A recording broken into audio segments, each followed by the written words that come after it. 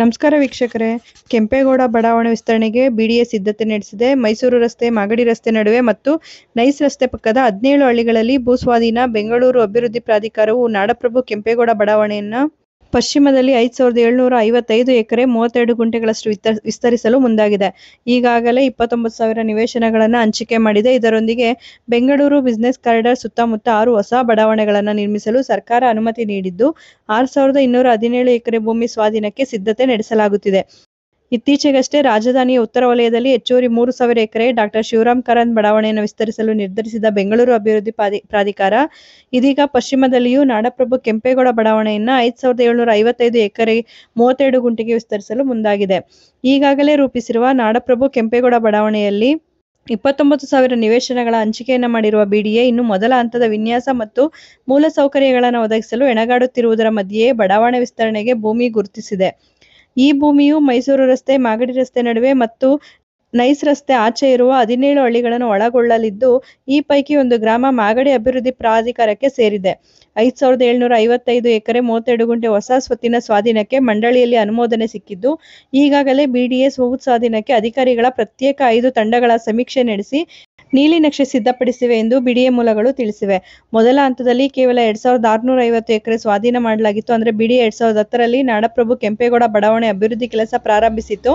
ಸುಮಾರು 29,000 ನಿವೇಶನಗಳು ಹಂಚಿಕೆಯಾಗಿದ್ದು, ಮೂಲ ಸೌಕರ್ಯಗಳ ಕೊರತೆಯಿಂದಾಗಿ ಕೇವಲ 50 ಮನೆಗಳು ಮಾತ್ರ ತಲೆ ಎತ್ತುತ್ತಿವೆ. ಸದ್ಯ ಸುಮಾರು 250 ಮನೆಗಳ ನಿರ್ಮಾಣ ಹಾಗೂ ರಸ್ತೆ ಡಾಂಬರೀಕರಣ ಪ್ರಗತಿಯಲ್ಲಿದೆ. ವಿದ್ಯುತ್ ಮತ್ತು ನೀರಿನ ಸಂಪರ್ಕ ಇನ್ನೂ ಸಿಕ್ಕಿಲ್ಲ. ಅಲ್ಲದೆ ಬಿಡಿಎ ಆರಂಭದಲ್ಲಿ ಸುಮಾರು 4040 ಎಕರೆ ಭೂಮಿ ಸ್ವಾಧೀನಕ್ಕೆ ಅಧಿಸೂಚನೆ ಹೊರಡಿಸಿದರೂ ಇದುವರೆಗೂ ಕೇವಲ 2200 ಎಕರೆ ಭೂಮಿಯನ್ನು ಮಾತ್ರ ಸ್ವಾಧೀನಪಡಿಸಿಕೊಂಡಿದೆ.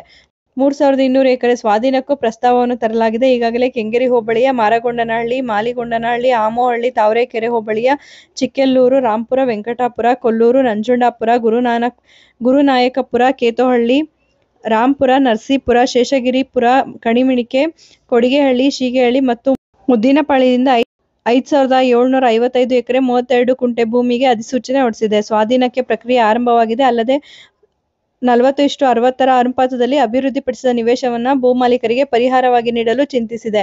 5755 ಎಕರೆ ಭೂಮಿ ಹೊರತುಪಡಿಸಿ ಬಿಡಿಎ ಸುಮಾರು 3200 ಎಕರೆ ಭೂಮಿಯನ್ನು ಸ್ವಾಧೀನಪಡಿಸಿಕೊಳ್ಳಲು ಕೂಡ ಉದ್ದೇಶಿಸಿದೆ. ಈ ಹಿಂದೆ ಅಧಿಸೂಚನೆ ನಂತರ ಸ್ವಾಧೀನದಿಂದ ಕೈ ಬಿಡಲಾಗಿದ್ದ ಭೂಮಿ ಇದರಲ್ಲಿ ಸೇರಿದೆ. ಪರಿಷ್ಕೃತ ಮಾಸ್ಟರ್ ಪ್ಲಾನ್ ಪ್ರಕಾರ ರಸ್ತೆಗಳ ನಿರ್ಮಾಣಕ್ಕೆ 38 ಎಕರೆ ಭೂಮಿ, ಹಿಂದೆ ಸ್ವಾಧೀನದಿಂದ ಹೊರಗುಳಿದ 1317 ಎಕರೆ ಭೂಮಿ ಮತ್ತು ಲೇಔಟ್ಗೆ ಹೊಂದಿಕೊಂಡಿರುವ 4 ಹಳ್ಳಿಗಳಲ್ಲಿ ಸುಮಾರು 1868 ಎಕರೆ ಭೂಮಿ ಸ್ವಾಧೀನಕ್ಕೆ ಗುರುತಿಸಲಾಗಿದೆ ಎಂದು ಬಿಡಿಎ ಅಧಿಕಾರಿಗಳು ತಿಳಿಸಿದ್ದಾರೆ.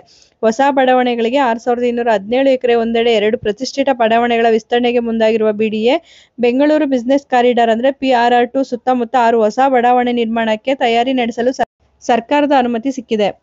ಹೊಸೂರು ರಸ್ತೆಯಿಂದ ಬನ್ನೇರುಘಟ್ಟ ರಸ್ತೆ, ಕನಕಪುರ ರಸ್ತೆ ಮೂಲಕ ಮೈಸೂರು ರಸ್ತೆವರೆಗೂ PRR2ಗೆ ಹೊಂದಿಕೊಂಡಂತೆ 6 ಬಡಾವಣೆಗಳನ್ನು ನಿರ್ಮಿಸಲು 6217 ಎಕರೆ 3.88 ಗುಂಟೆ ಭೂಮಿ ಸ್ವಾಧೀನಕ್ಕೆ ಪ್ರಾಥಮಿಕ ಅಧಿಸೂಚನೆ ಹೊರಡಿಸಲು ನಗರಾಭಿವೃದ್ಧಿ ಇಲಾಖೆ ಬಿಡಿಎಗೆ ಅನುಮತಿ ನೀಡಿದೆ.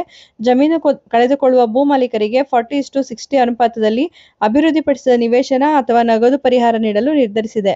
ಮಾರಗೊಂಡನಹಳ್ಳಿಯಲ್ಲಿ 84 ಎಕರೆ 23 ಗುಂಟೆ, ಹುಲಿಮಂಗಲ, ಬೆಟ್ಟದಾಸಪುರ, ಬಿಂಗಿಪುರ 516 ಎಕರೆ 21 ಗುಂಟೆ, ಉಲ್ಲಹಳ್ಳಿ 216 ಎಕರೆ 20 ಗುಂಟೆ, ಬೇಗೂರು, ಹೊಮ್ಮದೇವನಹಳ್ಳಿ, ಕಮ್ಮನಹಳ್ಳಿ, ಮೈಲಸಂದ್ರ, ಹೆಲ್ಲೇನಹಳ್ಳಿ, ಹುಲ್ಲಹಳ್ಳಿಯಲ್ಲಿ 510 ಎಕರೆ, BM ಕಾವಲ್, ಕಗ್ಗಲಿಪುರ, UM ಕಾವಲ್, ಆಗರ, ಗುಳಕಮಲೈ, OB-ಚೂಡನಹಳ್ಳಿ, ಉತ್ತರಿಯಲ್ಲಿ 4206 ಎಕರೆ 29 ಗುಂಟೆ, BM ಕಾವಲ್, ದೇವಗೆರೆ, ಗಂಗಸಂದ್ರ, ಗುಡಿಮಾವಿನಲ್ಲಿ 652 ಎಕರೆ 30 ಗುಂಟೆ 6 ಬಡಾವಣೆಗಳನ್ನು ನಿರ್ಮಿಸಲು ಉದ್ದೇಶಿಸಲಾಗಿದೆ. ಈ ಒಂದು ಮಾಹಿತಿ ಉಪಯುಕ್ತ ಆಗಿದೆ ಅಂತ ಭಾವಿಸ್ತೀನಿ. ಯಾರೆಲ್ಲ ಹೊಸದಾಗಿ ನಮ್ಮ ಚಾನಲ್ನ ನೋಡ್ತಾ ಇದ್ದೀರಾ ಸಬ್ಸ್ಕ್ರೈಬ್ ಮಾಡಿಕೊಂಡು ನೋಡಿ. ಈ ವಿಡಿಯೋ ಇಷ್ಟ ಆಗಿದೆ ಅನ್ಸೋರು ಶೇರ್ ಮಾಡಿ, ಲೈಕ್ ಮಾಡಿ ಮತ್ತು ನಮ್ಮ ಚಾನಲ್ನ ನೋಟಿಫಿಕೇಷನ್ಗಾಗಿ ಬೆಲ್ ಐಕಾನನ್ನು ಪ್ರೆಸ್ ಮಾಡಿ. ಕಾನೂನು ಮಾಹಿತಿಯನ್ನು ಪ್ರತಿಯೊಬ್ಬರು ಕೂಡ ತಿಳ್ಕೋಬೇಕು. ಕಾನೂನಿನ ಜ್ಞಾನ ನಮ್ಮಲ್ಲಿ ಹೆಚ್ಚಾದಷ್ಟು ನಾವು ಸಮಾಜದಲ್ಲಿ ಬಾಳೋದಕ್ಕೆ ತುಂಬಾ ಸುಲಭ ಆಗುತ್ತೆ. ಧನ್ಯವಾದಗಳು.